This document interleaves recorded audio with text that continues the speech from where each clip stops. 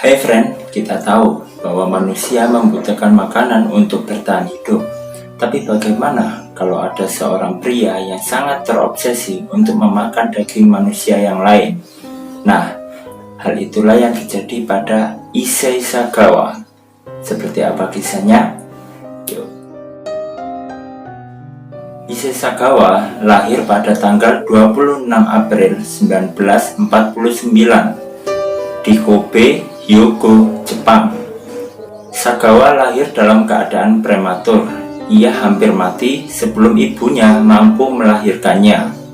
Bahkan, tubuhnya yang seukuran telapak tangan sempat mengalami beberapa permasalahan kesehatan yang serius, termasuk enteritis, penyakit peradangan yang terjadi pada usus. Namun penyakit tersebut akhirnya bisa disembuhkan setelah Sagawa beberapa kali diberi suntikan kalsium dan potasium. Sagawa berada di keluarga yang sangat kaya. Dia juga memiliki seorang adik yang bisa dibilang sangat dekat dengannya. Ketika Sagawa dan adiknya masih kecil, ayah dan pamannya sering mengajak mereka bermain dengan berpura-pura menjadi raksasa yang akan memakan Sagawa dan adiknya. Sejak saat itu, Sagawa terobsesi dengan cerita-cerita yang bertemakan kanibalisme.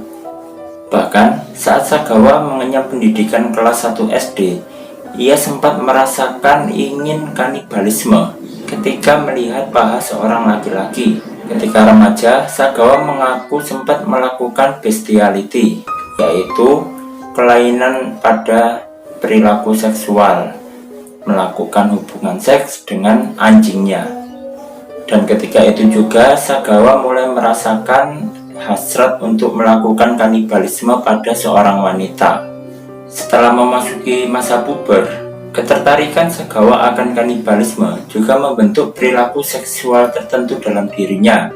Dia sering berfantasi dengan membayangkan memakan daging seorang wanita seperti artis-artis luar negeri.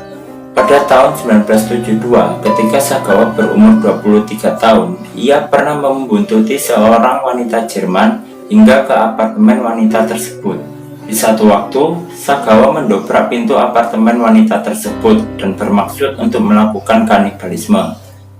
Namun, wanita tersebut terbangun dan sempat melakukan perlawanan hingga akhirnya Sagawa gagal melakukan aksinya. Namun akhirnya Sagawa ditangkap polisi dengan tuduhan percobaan pemerkosaan. Walaupun pihak kepolisian tidak mengetahui bahwa sebenarnya Sagawa ingin melakukan kanibalisme, bukan percobaan pemerkosaan. Namun ayahnya yang kaya mencoba menawarkan sejumlah uang pada wanita tersebut untuk membatalkan tuntutannya. Dan akhirnya Sagawa tidak dihukum atas kejadian tersebut. 5 tahun kemudian, pada tahun 1977, ketika Sagawa berumur 28 tahun, ia dipindah ke Paris untuk mengejar gelar PhD pada bidang bahasa dan literatur di Universitas Sorbonne. Bahkan Sagawa sempat bekerja sebagai penulis di sana selama beberapa tahun. Selama tinggal di sana, Sagawa mengakui beberapa hal. Hampir setiap malam aku membawa seorang prostitusi ke dalam rumah, kata Sagawa, dan mencoba untuk menembak mereka.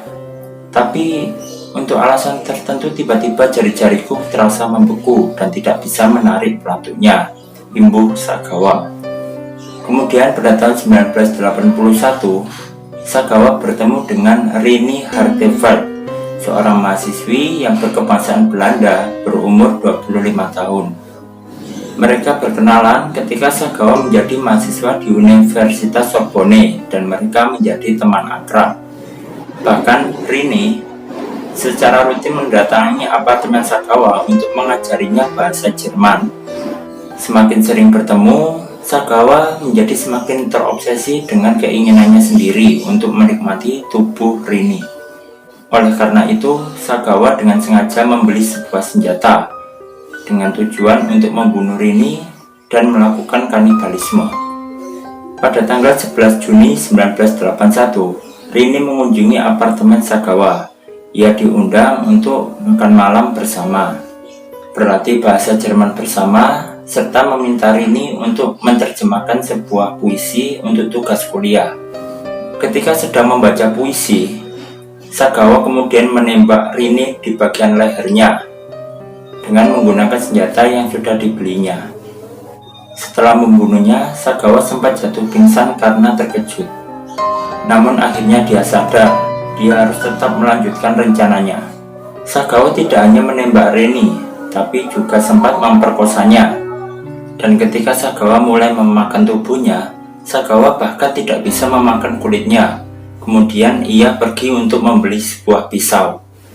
Selama 2 hari, Sagawa memakan berbagai macam bagian tubuh milik Rini, seperti betis, bibir, payudara, dan bagian tubuh lainnya.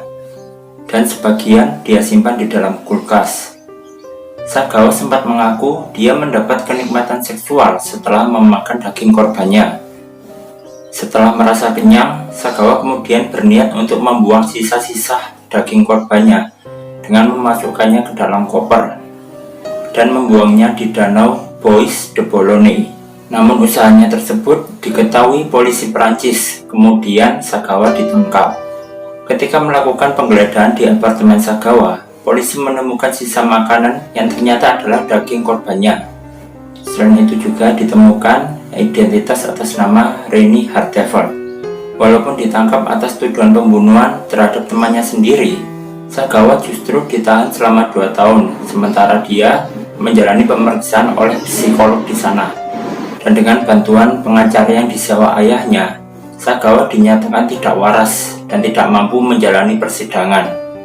Namun Sagawa ditahan di unit psikiatri selama 4 tahun di Perancis. Setelah pemeriksaan psikologi menyatakan Sagawa waras dan penyimpangan seksual yang dialaminya adalah merupakan alasan untuk pembunuhan Rini Harteveldt, pada tanggal 12 Agustus 1986 Sagawa dinyatakan bebas. Putusan ini tentu menuai banyak pro dan kontra dari berbagai pihak, namun pada akhirnya Sagawa dideportasi ke Jepang. Kembali ke Jepang, Sagawa akhirnya direhabilitasi di rumah sakit di Tokyo. Psikiater yang menangani Sagawa menyatakan Sagawa mengalami personality disorder. Namun dia masih waras, yang artinya Sagawa masih bisa dimintai pertanggungjawaban atas pembunuhannya terhadap Rini Harteveldt. Namun pihak kepolisian Perancis tidak mau membantu pihak kepolisian Jepang untuk memproses secara hukum kasus yang dialami oleh Sagawa tersebut. Oleh karena itu, setelah 15 bulan berada di rumah sakit Matsuzawa, Sagawa dinyatakan bebas dan dikembalikan kepada orang tuanya. Sebelumnya, saat masih berada di unit psikiatri, Sagawa sempat menulis buku berjudul In the Fog.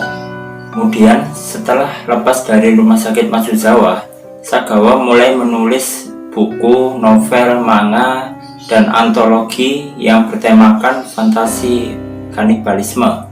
Sagawa juga sempat muncul menjadi pembicara di sebuah universitas, yang berarti mereka menunjukkan ketertarikan untuk mendengar secara langsung seorang Sagawa yang merupakan pembunuh dan seorang kanibalisme. Selain itu, Sagawa juga menulis review tentang restoran untuk sebuah majalah Jepang. Dan bahkan dia muncul di acara masak, di mana dia mempertontonkan ketika dia makan daging mentah. Berbagai talkshow terkenal di Jepang sudah pernah meminta Sagawa untuk menjadi bintang tamunya. Namun, beberapa tahun terakhir, popularitasnya menurun.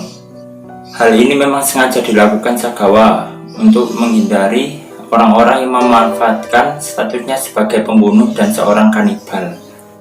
Walaupun seperti itu, Sagawa tetap bisa menyambung hidup dengan menjual beberapa lukisannya yang kebanyakan gambar wanita telanjang. Nama buruk istri Sagawa menimbulkan dampak yang buruk bagi keluarganya. Adik-adiknya mengalami asma karena stres, ayahnya mengundurkan diri dari pekerjaannya, ibunya bahkan sempat mencoba melakukan bunuh diri.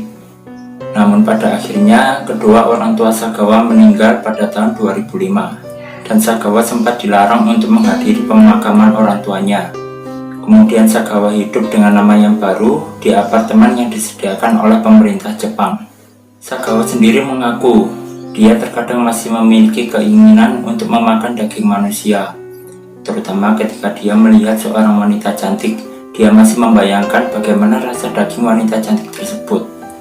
Namun, Sagawa juga mengakui dia tidak akan melakukan apapun jika dia didesak oleh keinginan untuk memakan daging manusia lagi.